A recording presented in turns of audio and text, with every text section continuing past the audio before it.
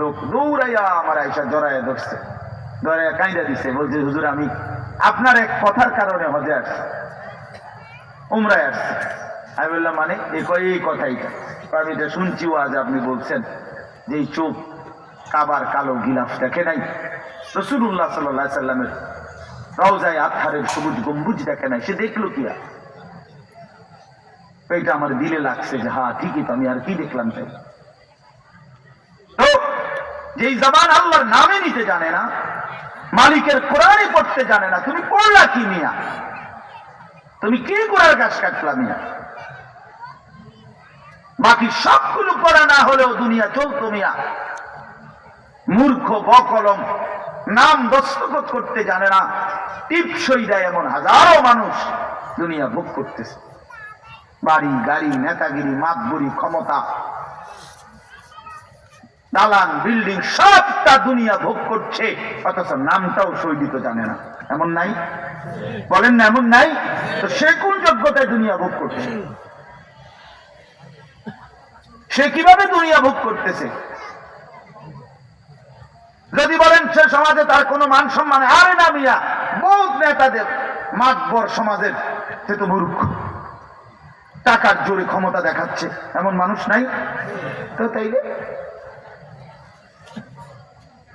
এই জন্য বাপ আবারও অনুরোধ করছি আমি, অর্থ হলো অপমান করা না, জেনারেল শিক্ষা নিষেধ করা না। আমি তো কুমিল্লা ভিক্টোরিয়া কলেজ থেকে মাস্টার্স পাস করছি, সায়েন্স বিজ্ঞান বিভাগ থেকে দাখিল পাস করছি। এর মানে এটা বাদ দিতে বলতেছি না, বাদ তো আমি দিছি না, বাদ আপনি দিছেন। কথা বুঝেন নাই? বাদ আপনি দিছেন, আল্লাহর কোরআন বাদ দিছেন, রাসূলুল্লাহ সাল্লাল্লাহু আলাইহি সাল্লামের সুন্নাহ বাদ দিছেন। এতগুলো পড়ছেন, ধন্যবাদ আপনাকে। এটা পড়লেন না কেন?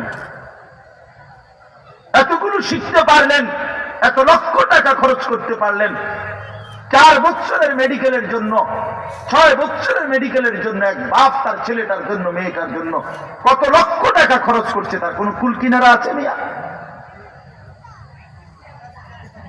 তো আপনি পড়ান, কোনো অসুবিধা নাই, কিন্তু আপনি আপনার বাচ্চাটাকে আল্লাহ কোরআন থেকে বঞ্চিত করলেন কেন? নামাজ থেকে বঞ্চিত করলেন কেন? 2টা সূরা পড়তে জানে না, একটা আত্তাহিয়াতু শুদ্ধ করে বলতে পারে না, একটা দোয়ায়ে কুনুত পড়তে জানে না। একজন মুসলমান বেটা, 40 বছর বয়স, লজ্জা থাকা উচিত বেটা, ওই বেটা শরম থাকা উচিত বেটা। কার জমিন খাইতেছ, কার আসমান ভোগ করছো, কার দুনিয়া ভোগ করতেছ? এত বড় মালিকের আসমান ও জমিন ভোগ করে সেই মালিকের সেজদাটাও ঠিক মতো দিতে জানে না, সেই মালিকের নামটাও করতে পারে না। এর চাইতে লজ্জা আর কি হইতে পারে বলেন বাবা? অপমান কি হইতে পারে?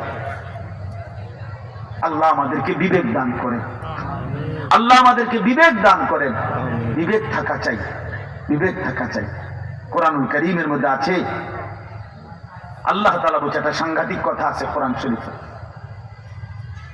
ফাবিআইয়ি হাদিসিন বা'দাহু ইউমিনুন। আমার দিল নড়ে কোরআনের এই আয়াত শুনলে, কলিজা শুদ্ধা কাইপা ওঠে।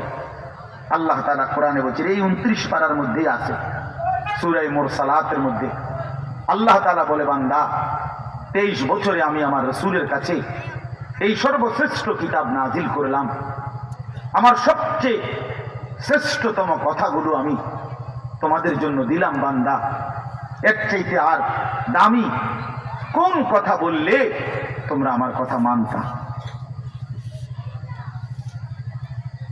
বুঝেন নাই? ফাবিআইয়ি হাদিস, ফাবিআইয়ি হাদিস। আল্লাহ বলছে, বান্দা এরপরে আর কি বললে, এর চাইতে দামি কথা আর কোনটা বললে, আর কোন কিতাব নাজিল করিলে, আর কেমনে বললে? ফাবিআইয়ি হাদিসিন বা'দাহু ইউমিনুন। আর কিভাবে বললে বান্দা ঈমান আনতা, বিশ্বাস করতা? আকিমুস সালাহ, আকিমুস সালাহ 80 বারের চাইতে বেশি বলছি আমার কোরআনে, আর কতবার বললে আমারে সিজদা দিতা? ইত্তাকুল্লাহ, ইত্তাকুল্লাহ বারবার বলেছি, আল্লাহকে ভয় করো, আর কতবার বললে বান্দা আমারে ভয় করতা? কতবার বলছি? আল্লাহ বলবেন রাসূলুল্লাহ সাল্লাল্লাহু আলাইহি সাল্লাম বাপ আমার, বন্ধু আমার, নওজোয়ান সাথী আমার, মনে রাখবেন, বিশ্বাস করেন, রাসূলুল্লাহ সাল্লাল্লাহু আলাইহি সাল্লাম হাসরের ময়দানে অসংখ্য উম্মতকে জিজ্ঞেস করবে। এই আমলনামা যখন দেখবে, প্রত্যেকটা উম্মত তার নিজ নিজ আমলনামা রাসূলুল্লাহ সাল্লাল্লাহু আলাইহি সাল্লাম দেখবেন।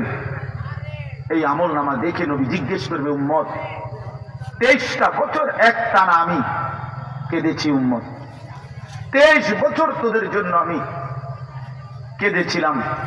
এমনও রাত গেছে, সারা রাত উম্মতের জন্য আমি কেঁদেছি, সারা রাত দোয়া করছি উম্মতের জন্য। তায়েফের পাথরের আঘাতে পিঠ চালনির মতো ছিদ্র বানায় ফেলছি, পেটের কষ্টে, ক্ষুধার কষ্টে 14 দিনের চাইতে বেশি পেটে 2টা পাথর বাইরা ক্ষুধার কষ্ট হজম করছি। উহুদের দান দান শহীদ করা রক্তে আমি বেহুশ হয়ে আমি পড়েছিলাম। সেই নবী আমি আর কত কাঁদলে, আর কত রক্ত ঝরাইলে উম্মত তুমি আমার কথা মনে করতা,